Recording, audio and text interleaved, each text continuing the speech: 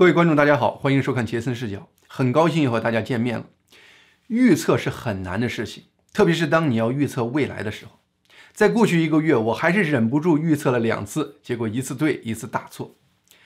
我在2月12日的节目中预测了铁链女事件的未来，说中共一定会按照第4次官方公告的说法，把民意压下去，让中国人重新进入岁月静好的状态。尽管后来冒出了一个江苏省专项调查团的闹剧，最终结果还是如我预料。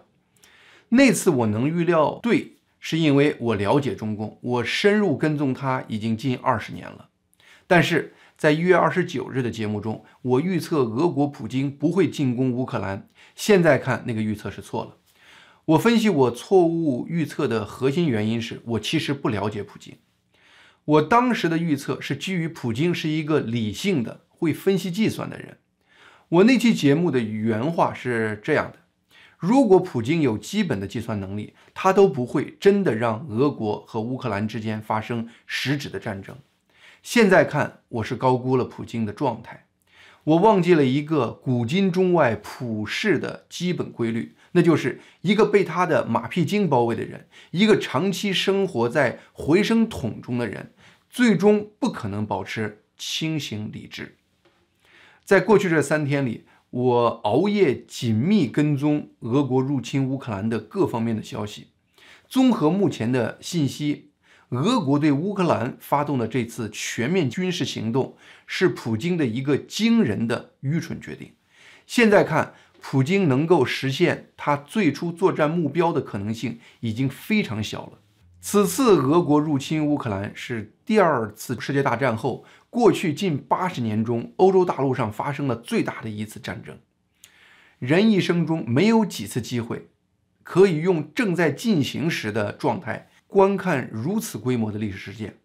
3天内的紧密跟踪让我对战争、对领袖、对国家、对道义等等这些概念有了很多崭新的认识。我们可以忽略俄国和乌克兰两边官方说法，就单纯看基本事实，目前战场的状况展现了3点。第一，俄国原来准备在96个小时内结束对乌克兰的战斗，也就是4天内完成战争的主体部分。但是在26日，已经是战争进行的第3天时，俄国还没有成功的新占领乌克兰的任何大城市。俄国集中多路兵力强攻的乌克兰首都基辅，目前也还在乌克兰的控制下。第二，俄国没有取得绝对的制空权，俄国飞机还在不时被击落，这说明俄国没有在战争初期摧毁乌克兰的空军和防空系统。俄国这方面的失败让世界军事分析人士感到意外。第三，乌克兰军方和民间还能够组织和实施有效的军事抵抗行动，这说明俄国还没能摧毁乌克兰的军事指挥体系，这个体系还在有效运作。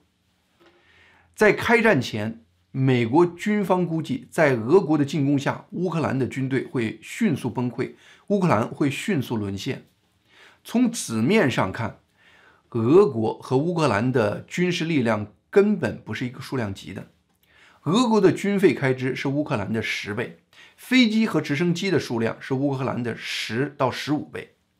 但是根据我们上面观察到的这3点战况，乌克兰似乎正在创造一个军事奇迹，而俄国似乎正在陷入一个战争泥潭。这一切又是如何发生的呢？首先从军事策略层面讲，乌克兰军方采用了一个非常冒险的军事策略。现在看，乌克兰是赌成功了。乌克兰的军事策略是什么呢？那就是放弃和俄军在乌克兰的边境对抗，把部队收缩到一些大城市周边，集中防御这些大城市。俄国在过去3到4个月里，在漫长的乌克兰的边界线上，西起白俄罗斯，东到黑海，部署了近20万俄国军队，这个人数超过乌克兰军队的总数，占俄国全国现役军人的大约1/4，而且这些都是俄国的精锐部队。面对这样子的强敌，乌克兰的军队是绝对不可能把俄军阻挡在国门之外的。所以在边界设防对乌克兰是死路一条。同时，俄国普京已经非常清楚地表明了他此次发动战争的2个目标：第一，解决乌克兰的军事力量；第二，抓捕包括乌克兰总统在内的精英人群，在乌克兰扶植一个俄国的傀儡政府。为实现这2个目标，俄军必须要占领乌克兰的几个大城市，特别是首都基辅，因为乌克兰的精英都在那里。同时，俄国军队必须在战场上打垮乌克兰军队的战斗意志，让他们放下武器投降。知道了敌方的作战目的和手段，乌克兰军队就相应的制定了策略，把军队集结在各大城市周边，攥起拳头保卫关键地区。那么我前面为什么说乌克兰军方的这个策略是个非常冒险的策略呢？这就要涉及战争的一个关键概念，那就是士气，就是军队和人民的作战意愿和必胜的决心。这个概念经常被人忽略，但又往往是决定战争胜负的因素。在我看来，这场战争最关键的是第1天，2月24日，因为乌克兰这个放弃边境和农村的策略，大家表面看到的是，首先，俄国军队对乌克兰境内众多的军事设施用导弹一通狂轰乱炸，然后大批俄国军队在装甲车和坦克车的运输下，几乎没有遇到任何抵抗的，在乌克兰境内长驱直入，逼近各个大城市，包括从白俄罗斯出发的部队直逼首都基辅。还有俄国空降部队在乌克兰境内多个关键地点落地，然后占领了一些如机场这样的重要设施。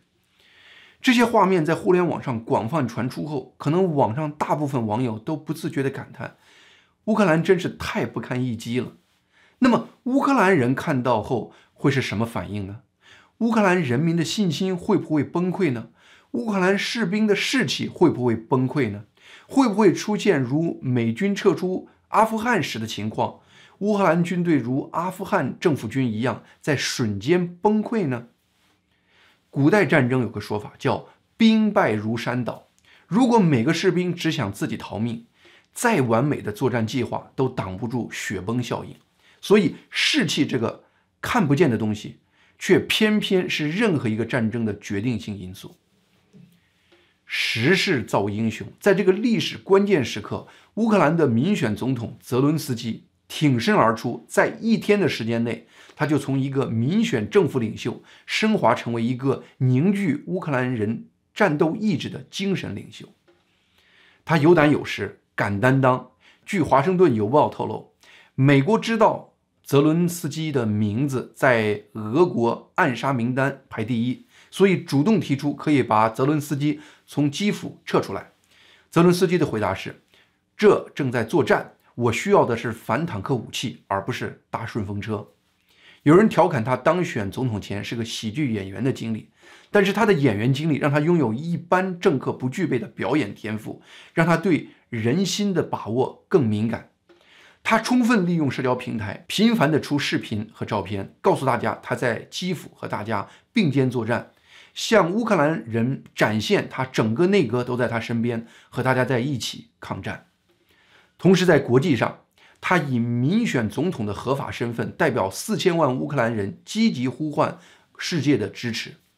在战争的第1天，2月24日，黑海上一个面积不足1/10平方英里的叫蛇岛的小岛上，驻扎着一支乌克兰边防小分队。俄国舰艇用船上强大的火力作为后盾，向他们喊话，让他们放下武器，立刻投降。岛上乌克兰士兵坚决拒绝，并大骂俄军，结果岛上乌克兰守军无一人生还。这就属于那种可能改变历史的转折点性的事件，它可能凝聚一个民族的抵抗意志，它也可能击垮一个民族的战斗精神。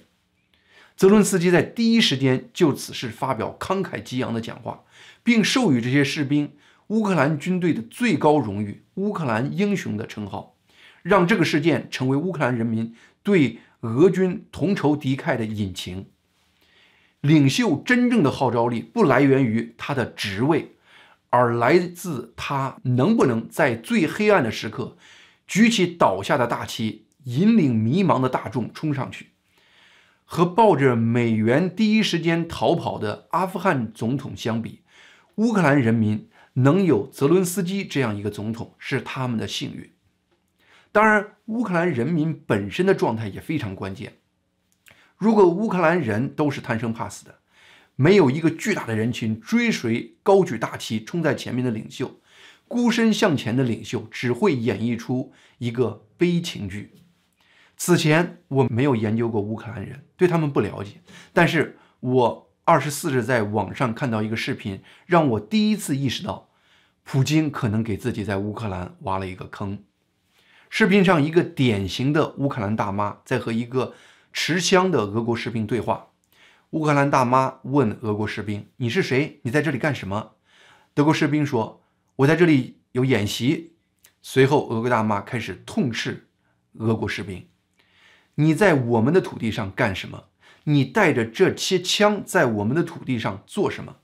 然后大妈说：“来，把这些向日葵种子放在你口袋里。这样的话，当你们都躺在这片土地上的时候，日后至少会有向日葵生长出来。”说明一下，向日葵是乌克兰的国花。我当时就被乌克兰大妈这种纯天然的语言和行为给镇住了。她竟然用如此艺术梦幻的方式展现出她心中乌克兰必胜的信心。随后我看到乌克兰总统宣布，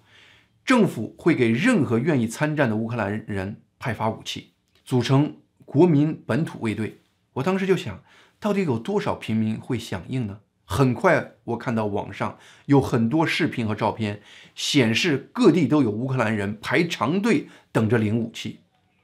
有报道说，很多地方出现想参战的人远远多于可派发的武器。一个在瑞士生活多年的中国网友还在网上分享了这样一个故事：他的公司有一位来自乌克兰的销售员，在瑞士已经娶了瑞士太太，并有一个4岁的孩子。但是这个乌克兰小伙子25日一大早突然告诉他，他当天上午就准备开车回乌克兰，准备报名参战。网上还有很多这样的故事。看到这样的事情，我已经非常清楚，普京这次是彻底掉进坑里了。这里提醒一下，我讲这些乌克兰领袖和民间的故事，初衷是为了说明一点，那就是乌克兰军方冒险的战争策划能成功。乌克兰军队的士气没在战争初期崩溃，是因为他们有一个真正的领袖，有一个不愿屈服的人民。同时，乌克兰军队能保持他们的士气，也是因为俄国这次军事行动是丧失天理的，而乌克兰人的抵抗是有理有据的。首先一点，这次战争是俄国在入侵乌克兰，俄国是挑起战争的入侵者，是践踏国际秩序和原则的一方。乌克兰是被动承受的一方，是奋起保卫自己家园的一方，这一点是事实，不是我的观点。那么，俄国发动这场战争的借口是什么呢？普京在多个场合声称，美国和北约忽略俄国对北约的警告，这些年北约一直在东扩，要对俄国形成一个包围圈，普京是为了俄国的生存而战。但有一点历史知识的人都知道，这是一派胡言。北约是一个基于自愿的军事联合体，苏联解体后，连存在感都快找不到了。北约从来没有主动要求哪个国家加入，都是各个国家在主动申请加入。而且历史上为了避免激怒俄国，北约拒绝过乌克兰和格鲁吉亚的加入申请。为什么那么多前苏联成员国和附属国想加入北约呢？根本原因其实是他们怕俄国。普京的俄国一直想恢复前苏联的辉煌，但是俄国历史上搞的独联体最终失败了。为什么？因为独联体中俄国一国独大，那不是一个平等稳定的联盟，而是俄国的一个霸凌圈。例如，俄国在独联体的运行规则中立了一个条款，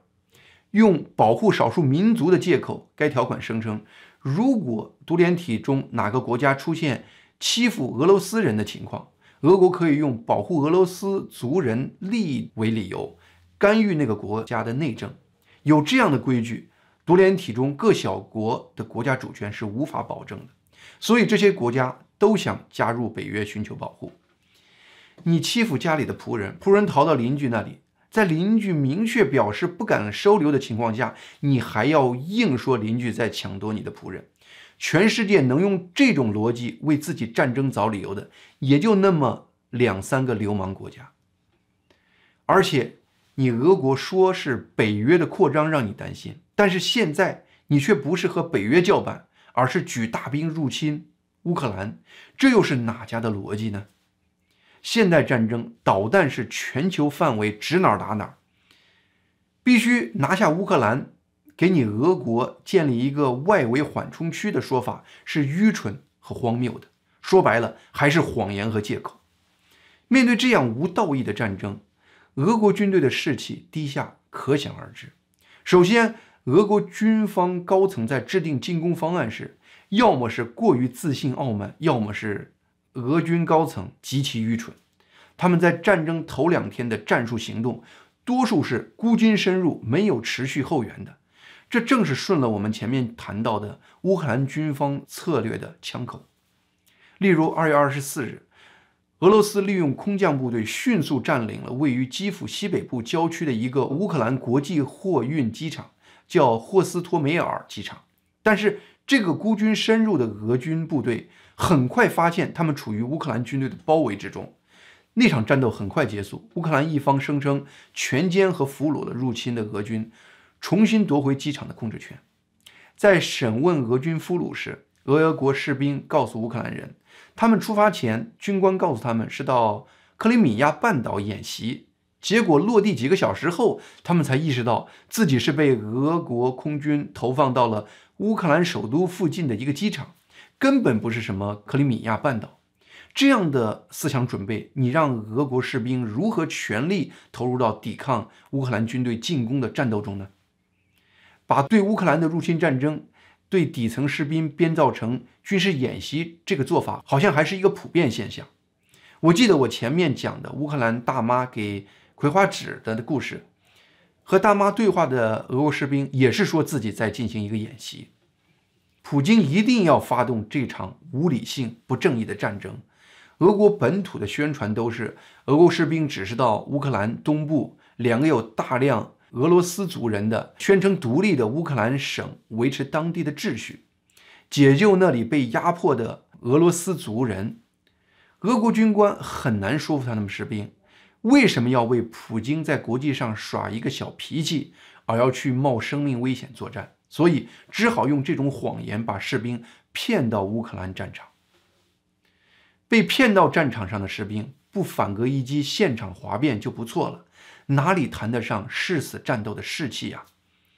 乌克兰一方有领袖的带领，在誓死保卫家园，而俄军一方被骗到外国土地，为一个莫名其妙的理由在作战。双方士气的差别，那真是天地之别。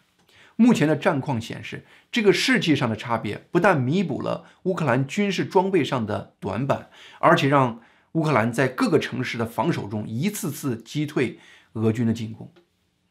据乌克兰的报道，截止2月26日上午，乌克兰已经打死了大约3500名俄军。我无法核实这个数据的真实性，但是26日，乌克兰副总理发表声明说，因为俄国不愿接受俄军阵亡士兵的尸体，他呼吁国际红十字会能够帮助将俄军尸体送回俄国。敢让国际组织点尸体，单从这点看，乌克兰打死许多俄军的说法应该不会太离谱。当年苏联在阿富汗打了10年仗，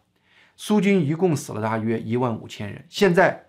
和乌克兰的战争才进行了3天，已经有3500人死了。我真不知道俄军还能坚持多久。打仗是世界上最花钱的事情，而俄国的 GDP 大约也就是南韩的规模，没钱绝对打不了持久战。乌克兰的战略是迫使俄军加长了他军队的供给线，一方面这给乌克兰军队攻击俄国供给线提供机会，另一方面一些俄国军队也的确出现了供给问题。网上一个视频显示，几个俄国的装甲车停在乌克兰高速路边，一个乌克兰司机停下来，问路边站着的俄国士兵：“啊，你们在这儿干什么呢？”士兵回答：“车没油了，在这儿等油呢。”乌克兰这个司机就调侃说：“要不要我开车把你们送回俄国呀？”为了让俄军在乌克兰当地加油站搞不到油，乌克兰民众纷纷把当地加油站的油都压出来，把油库搞空。前面提到，这次俄国对乌克兰的战争是没有道义可言的，而弱小的乌克兰是无缘无故的被卷入这场战争，不得不拼命保卫家园。得道多助，失道寡助。目前国际上绝大多数国家都明确站在乌克兰一边，用各种方式支持和声援乌克兰，同时也在制裁俄国。乌克兰西面的邻居波兰、罗马尼亚等国敞开国门，迎接躲避战乱的乌克兰难民。波兰还开着卡车往乌克兰送军用物资。德国决定给乌克兰送1000件反坦克武器和500枚毒刺便携式红外制导的地对空导弹。比利时将向乌克兰提供2000挺机枪和3800吨燃料。荷兰政府将向乌克兰提供50件反坦克武器和400枚火箭弹。同时，美国在准备给乌克兰提供6亿美元的武器和军用物资。美军给乌克兰军方提供的肩扛式智能导弹，成为战场上俄国坦克和装甲车的克星，让他们成为俄军移动的棺材。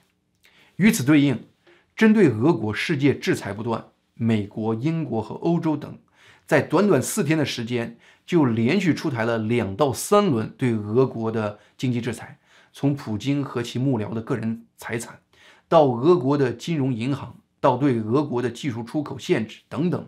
目前这些国家还在讨论下一轮新的制裁方案。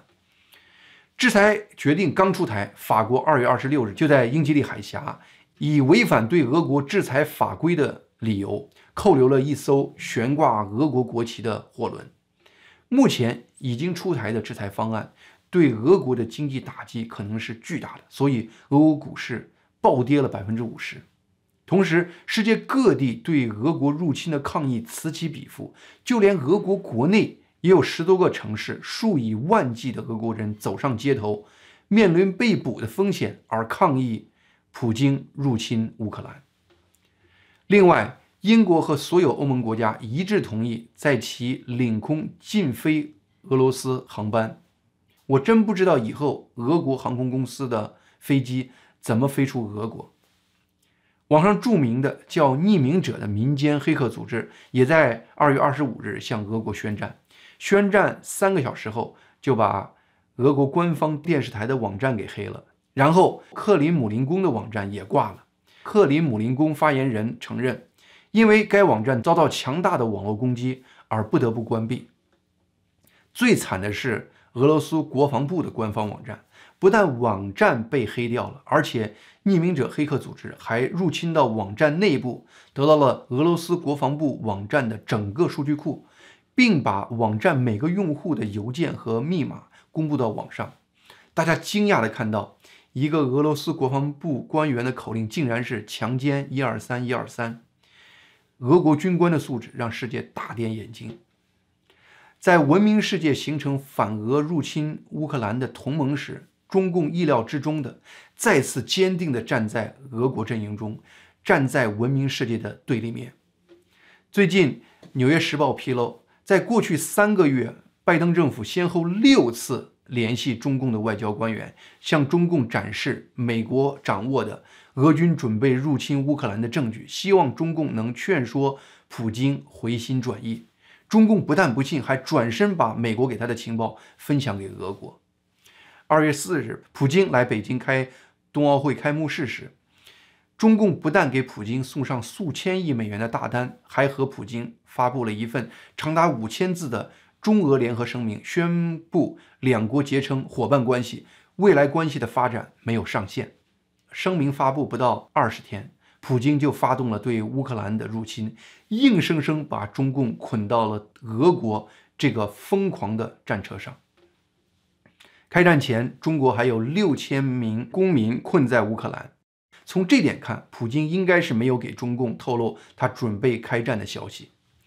不管普京如何不待见中共，中共秉持其历史上一贯对俄国的原则，那就是俄爹虐我千百遍，我待俄爹如初恋。为了避免让普京生气，中共完全不顾人类的基本认知和理念。外交部发言人坚持拒绝把俄国的军事行动称为入侵。25日，联合国安全理事会提出了谴责俄国入侵乌克兰的决议。中共表决时投了弃权票，完全违背了自己和乌克兰在1994年签署的中乌联合声明。那个声明保证尊重乌克兰的独立、主权和领土完整。那有人说，中共能和俄国这个军事强国结盟对抗美国那么他委屈点可以理解。但是从这次俄军在乌克兰战场的表现，我怎么就感觉中共奋不顾身扑上去抱的这个东西，不像是雄壮的大黑熊的腿，更像是一个又臭又软的一条肥猪腿。好，今天节目就到这里，谢谢您的收看，请一定订阅这个频道，杰森视角。